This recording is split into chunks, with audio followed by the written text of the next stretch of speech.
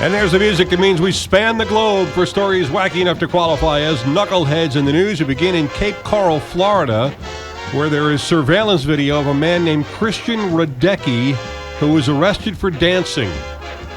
Okay, not just dancing, it's where he was dancing, on the roof of a sheriff's deputy's SUV.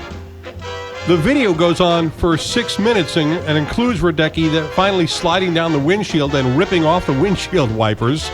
When he was finally arrested, he explained the reason he was dancing on the deputy's SUV. He was being threatened by vampires and needed help from the sheriff of Nottingham. Clearly, he was thinking straight. You will not be surprised to find out drugs were involved. And while we're in Florida, the official state of Knuckleheads in the news, let's go to Lake Griffin, where Edward Garcia was arrested after police say he made several 911 calls in which he hit on the dispatcher and bragged about his big muscles. He told the dispatcher about his big muscles before asking if she was single. She disconnected the call, but Garcia called back 2 more times, again asking if she was single. After police tracked down the calls coming from Lake Griffin State Park, an officer went there and found a campsite with no one there. Nearby, he found Garcia unconscious with an open beer can next to him and several other cold beers in the tent. The officer called the number the 911 calls had come from, and yes, the phone rang on the ground next to where Garcia was lying. That woke Garcia up. He was taken into custody, but not before telling the officer he wanted to headbutt him and kill him. I know a few police officers. This is not a phrase they're particularly fond of. I want to kill you. So he put him in the police car, and that's when Garcia spit through the cage onto the back of the officer's head and stated again that he was going to kill him. And Garcia was then placed into a different police vehicle with a closed cage and taken off to jail. You know, he can flip through Tinder a little easier than calling 911. Yeah, but he can't show off his big muscles. True. Well, he could. I just don't know if it would be a couple selfies of his pipes and his guns. Do you think that most women would see the guy with big muscles showing them off and swipe left? Yeah, exactly. Yeah. That's from my sister, Mr. Frank Ladd. That's how I know about Tinder, my little sister. Right. Uh-huh. Now we go to Leeds, England, where college student Adam Armstrong paid $157 to change his name. Why did he change his name? He decided he needed a new passport. Otherwise, he'd have to pay a $336 fee to correct his name on a Ryanair plane ticket. Armstrong explained that his girlfriend's stepfather had obtained the tickets for a trip to Ibiza, Spain, and mistakenly put his last name in as West.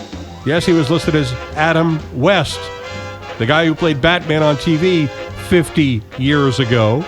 Armstrong said Ryanair officials were not helpful and told him the $336 fee for changing the details of his booking would not be waived and would not be reduced.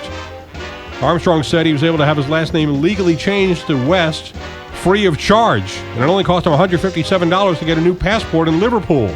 Well, heck, he could have said he was related to Kim Kardashian, West, and Kanye. Maybe just had their plane come pick him up, right? And please put me in the will. Please put me in the will. Ryanair released a statement to explain the $336 charge. Quote, customers are asked to ensure that the details they enter at the time of booking are correct before completing their booking. A name change fee is charged in order to discourage and prevent unauthorized online travel agents from screenscaping our cheapest fares and reselling them to unwitting consumers at hugely inflated costs. Unquote. That's a lot of work. That's the official statement. Here's what the unofficial action should have been. Oh, this was a mistake? Yes, we'll fix that for you for no charge. Exactly. And we finished today in Sundbyberg, Sweden, where Torkel Christoffers was arrested last week because he'd grown a beard.